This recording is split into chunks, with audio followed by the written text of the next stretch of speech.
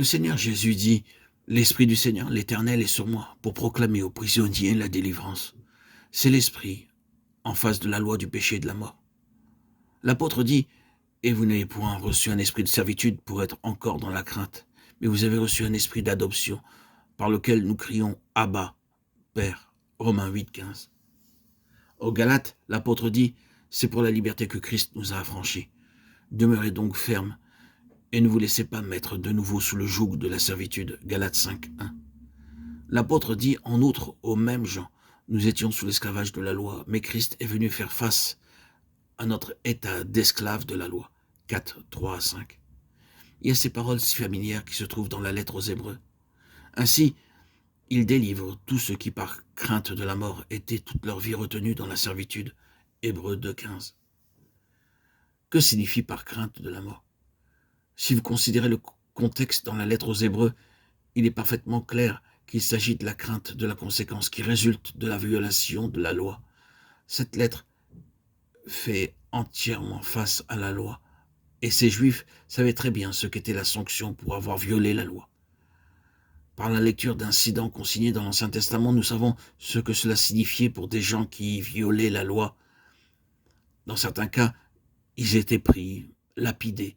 C'était la mort. Et ainsi, la loi était comme une épée suspendue au-dessus d'eux. Ils vivaient dans cette crainte et cette terreur de violer la loi et d'encourir ainsi la mort.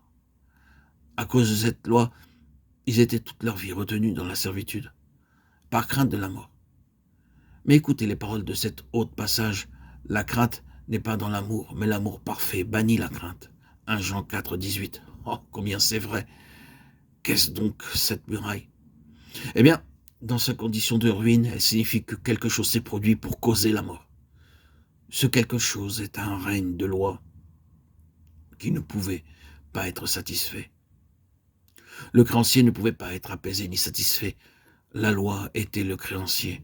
Enfreignez la loi et vous entrez dans l'esclavage, dans la servitude. Se trouver sous ce terrible fardeau de la loi, c'est la mort. La mort à l'égard de tout, la mort tout en vivant. Donc, rebâtir la muraille signifie simplement que, d'une certaine manière, un témoignage se rétablit. Le témoignage que le peuple du Seigneur est un peuple libre, que le créancier est complètement remboursé et renvoyé à ses affaires, qu'il est satisfait. Cela signifie que la mort a été détruite, l'esclavage brisé. Ils ne se sont pas seulement tirés d'affaires, ils n'ont pas simplement libres et laissés pauvres.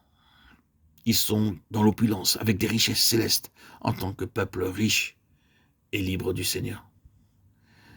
Ne convenez-vous pas qu'il y a aujourd'hui, parmi le peuple de Dieu, la nécessité de recouvrer quelque chose de semblable? Que ce soit la loi de l'Ancien Testament ou celle du Nouveau, un très grand nombre de gens ne jouissent pas de la liberté de la vie dans l'esprit. Même le Nouveau Testament, malgré ses grandes doctrines, s'est cristallisé en un système de loi, et les gens sont rabroués par cela. Le fondamentalisme est comme cela. Le fondamentalisme en tant que tel peut devenir simplement un autre système de loi, sans vie. Ces vérités sont exactes, mais en lui-même, il tombe dans la catégorie de ce dont parlait l'apôtre quand il faisait la distinction entre la lettre et l'esprit. Romains 7, 6.